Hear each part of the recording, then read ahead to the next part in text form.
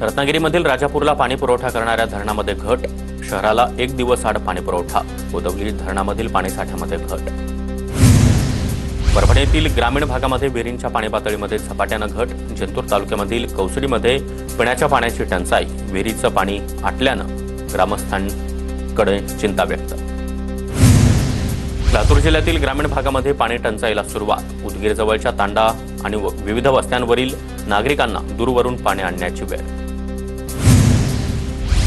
धुळ्याच्या जलप्रकल्पांमध्ये 52% जलसाठा, गेल्या वर्षाच्या तुलनेमध्ये अधिक जलसाठा असल्याची माहिती.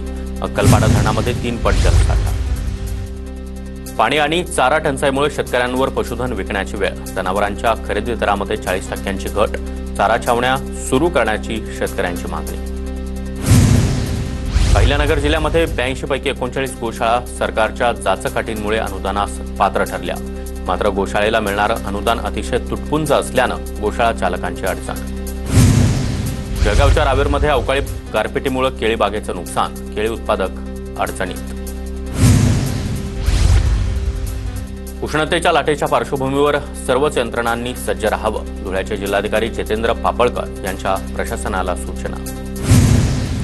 धुळे शहरालगत असलेला धुळे हरणमाळा रस्त्याची मोठी दुरवस्था, रस्ता दुरुस्तीची ग्रामस्थांची मागणी.